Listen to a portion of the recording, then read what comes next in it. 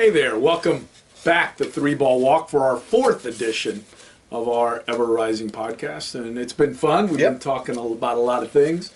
Youth baseball, a little bit of college, a little bit of high school, spring training as well underway now. And today we're going to go back to the major leagues where we were week one. And we're going to do 2 weeks of looking at the American League this week and then the National League next week as far as what to expect and what we're looking for, what we're rooting for, and different things like that. I'm Julio. This is Eddie. I'm Bob. This is Bob. And the American League. What do you make of it this year, Eddie? Well, I certainly don't know. I'm more of a National League guy myself, being a Braves fan lifelong. I know a lot of people that I know hate the Yankees. I thought you were going to say hate the American League because that's where I... Well, you hate the American League because it has the DH. Yes. They don't play real baseball? They don't play real baseball. It has been real baseball now for a number of years. In fact, most of the time that you and I have been alive, it has been real baseball. So sooner or later, you got to let it go, okay? You got to let it go at some point and embrace the change. We'll move on. American League. I don't know. I looked at it, and I'm not sure that anybody did a whole lot to change from last year. I mean, maybe we just need to recap starting from last year and looking at KC as the world champs. That seems so hard to even say that Kansas City won it last year, but they did. It did a great job. And the other playoff teams last year, and just to remind everybody in case you don't remember, Toronto won the East last year. Yep. Amazing thing. New York finished second behind them. In the West, Texas won?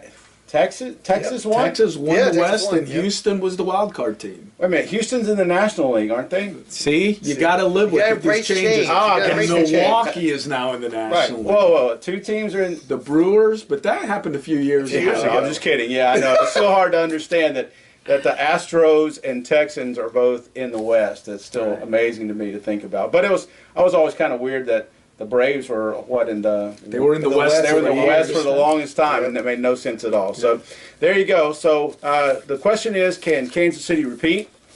Did they do enough in the offseason? Who did anything in the offseason to sort of make up any ground?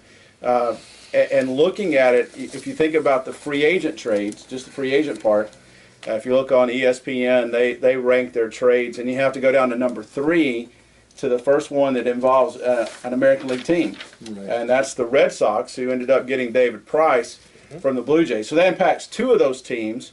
And the question is that enough for Toronto to lose and for the Red Sox to make up, to switch places? Well, the Red Sox have a whole lot of way to go. And I guess we can start at the top, or we can look at the wild card teams and how they did. Toronto, obviously, a lot of offense. A lot of offense. They scored 127 more runs than any team in the American League. And where did they watch the World Series? The same place we did, and you did. And I think they need some defense. Obviously, would help them out a little bit, but they really didn't make many moves at all. The Red Sox probably in the American League made the most. The Yankees, of course, went and made. They picked up Chapman and started Castro, but the Yankees really just get older. They're not a team. I think that Beltran and A-Rod, Teixeira. They're just another year older. I don't see the Yankees making many moves. And Toronto, I think, in that division, probably is pretty safe. And you think so? Well, I think so. And I think that those other teams, Baltimore, Tampa Bay, Boston, there's different things. And we'll talk. What we're going to do is probably spend the first segment of today's show talking about the playoff teams, the 5 teams that did make the playoffs last year in the American League, and then we'll cover the other 10 after the break. I'll tell you what's interesting with Kansas City and with the topic we're talking about. Didn't make a lot of moves. No. And if you look at the Royals over the past 10 years, that's been the story. They didn't make a lot of moves. The only moves they made, and I'm thinking probably the biggest headline-grabbing news that they've made over the past 5 or 6 years, was they had this Cy Young pitcher, and I don't know if you remember the guy, pretty good guy, just made a whole lot of money signing with Arizona after being with the Los Angeles Dodgers. Yep. And they had Zach Greinke, won a Cy Young, best pitcher in the American League, and he wanted out, and he didn't want to. And he got out. He got out. And at the time they got an outfielder named Lorenzo Cain, little minor league guy, up and coming guy. Not a bad addition for last year's World Series. They got Alcides Escobar, who happens to be the leadoff guy, playing shortstop and everything like that. And you're looking at the number 3 guy in the lineup, the number 1 guy in the lineup, and that's how they built that team. And they have a core team too, because most of those guys are signed at least through 2017. So for the next couple of years, they're going to be. I actually looked up the 05 to 08 draft. Kansas City Royals, Alex Gordon, Hochevar, Hosmer, Moustakas. When you're drafting like that, and you're taking your top guy and getting the kind of trades they got out of Greinke, you don't need to be making the offseason moves. Well, one of the best offseason moves they made then was re-signing Gordon. Yep. I mean, you lock him up if that's a guy you think is going to be with you long term. So you draft him, you raise him up through your farm system, and then you sign him. But one of the questions I have is they let the long-haired pitching dude leave.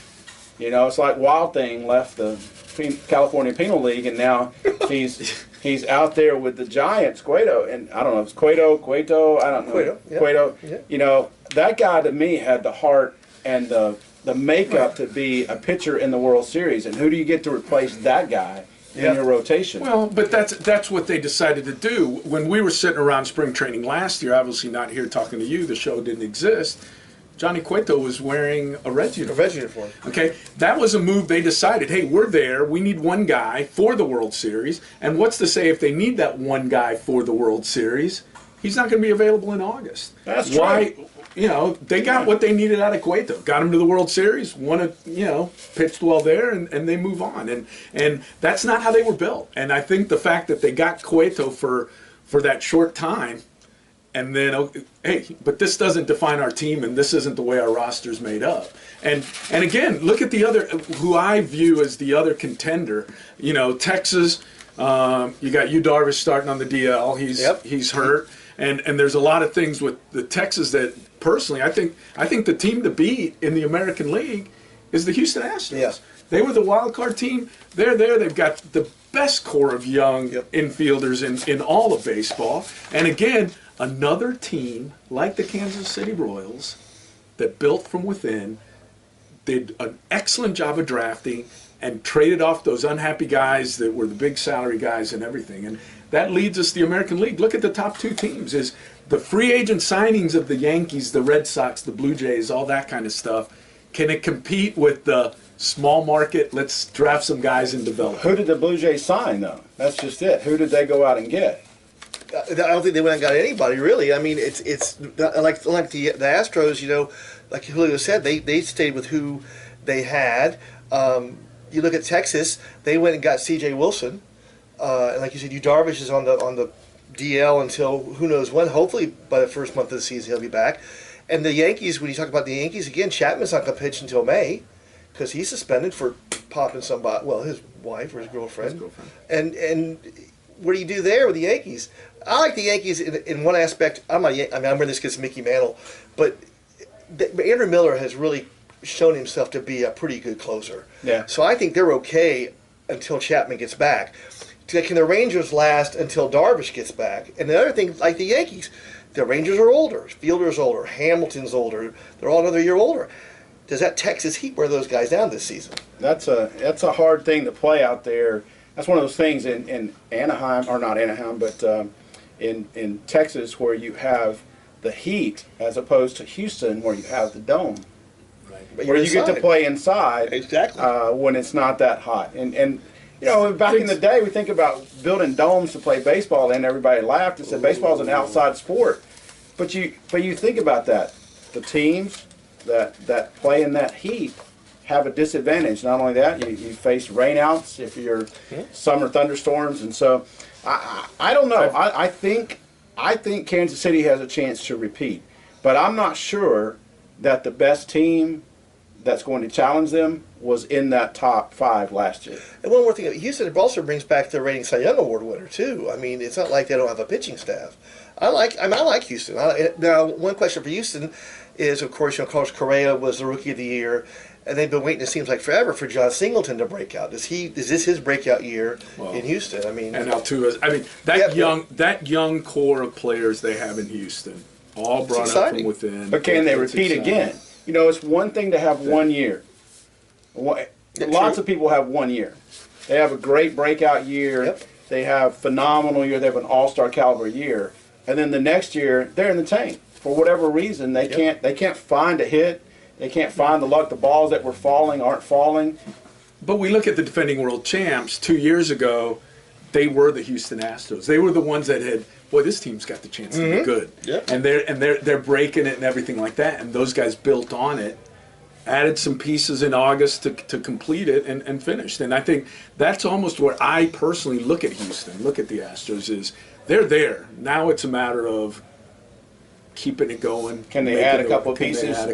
So you think they will be in the market come trade deadline to be a buyer rather than a seller? Without a doubt. And on the same token, I think you have to give a lot of credit to what you were saying about the Yankees. And the one exception to that, believe it or not, and I may be stirring some things up here, but A-Rod's getting older. Yeah. But I think A-Rod's going to have a lot better year this year than he did last year. Well, I think the circus is not going to be around. The circus is not there, and he didn't sit out watching baseball last year. He got some swings. He's getting a full spring training, and I think they now are going to. I think Girardi's going to go in knowing what he's going to get out of him. He's going to play him right and everything like that. But what I was about to say is, where we're discrediting the Yankees and a few of those other teams for getting older because their players are kind of on this way down. Exactly. I think the Astros are up. Are on the and other one side. question for the Yankees: does Jacoby Ellsbury show up?